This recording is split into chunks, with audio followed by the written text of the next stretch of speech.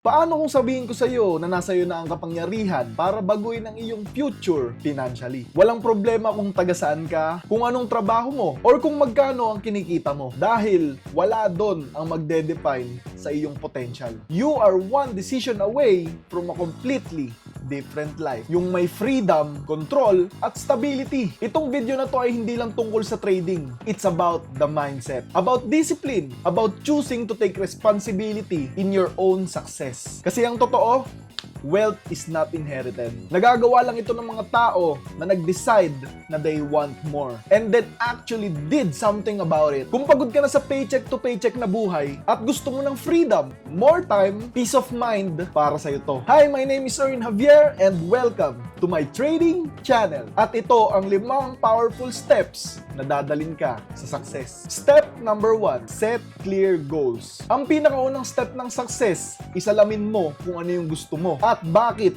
gusto mo to. Maraming tao nagpe-fail hindi dahil kulang sila sa skills or resources, kundi dahil wala silang clear direction. Kasi kung wala kang goals, maghihintay ka lang sa buhay mo na may mangyari. Tapos, di mo alam kung saan ka pupunta. Tanungin mo yung sarili mo, what does financial freedom mean to you? Mabayaran yung mga utang mo? Makabili ng sariling bahay? Makapag-retire ng maaga? Or simpleng peace of mind kapag matutulog ka sa gabi? Isulat mo at be specific. Hatiin mo yung goal mo into smaller goals. Tapos, dahan-dahan lang. Balikan mo yung goals mo lagi dahil yan ang mapa mo papuntang success. Step number 2, build daily discipline. Si success ay hindi nakukuha sa mga big at dramatic moments. Galing ito sa mga small and consistent actions na gagawin mo every single day. Discipline is about always showing up. Kahit na tinatamad ka, aralin mo yung mga market patterns, i-review mo yung mga trades mo, i-improve mo yung mindset mo. Kasi consistency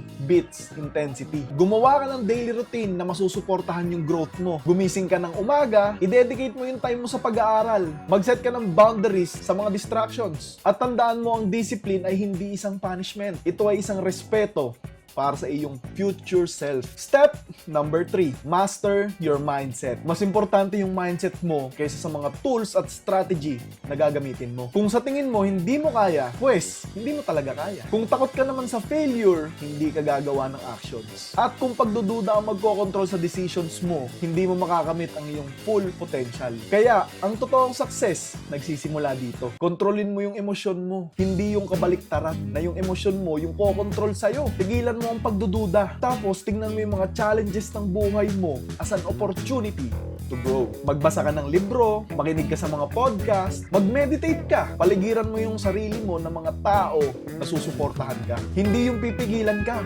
Step number 4, stay consistent, not perfect. Maraming taong sumusuko dahil nag-e-expect ng mabilisang results. Pero ang totoong progress ay hindi nakakamangha sa una. Di mo kailangan maging perfecto. Kailangan mo lang maging consistent. Kahit na nahihirapan ka na, kahit nagkakamali ka na, at kahit hindi mo makita yung resulta, agad-agad.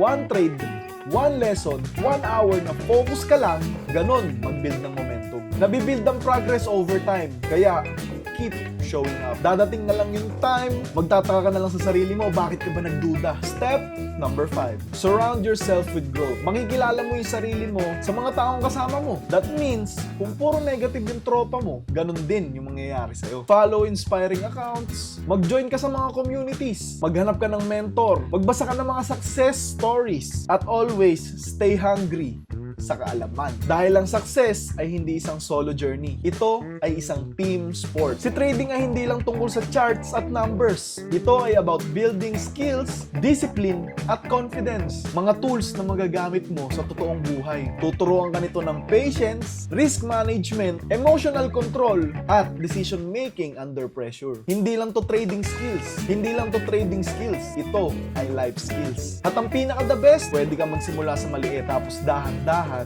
pangat. So kahit ano pang pangarap mo, kahit financial freedom, more time with family, mabuhay ng walang takot, nasa iyo na lahat ng kailangan mo para magsimula ka. Walang taong sasagip sa'yo, walang taong magbibigay ng success sa'yo. Pero ang good news, kaya mo ito mag-isa. Kailangan mo lang magsimula. Huwag kang maghintay ng perfect time. Ikaw ang gumawa nun. Start today, learn, grow, and take action. Kung nakatulong sa inyo yung video na to, pindutin mo na yung like button at pindutin mo na rin yung subscribe. Tapos, i-click mo na rin yung notification bell para hindi mo ma-miss ang ating mga trading lessons. This is your journey and it starts right now.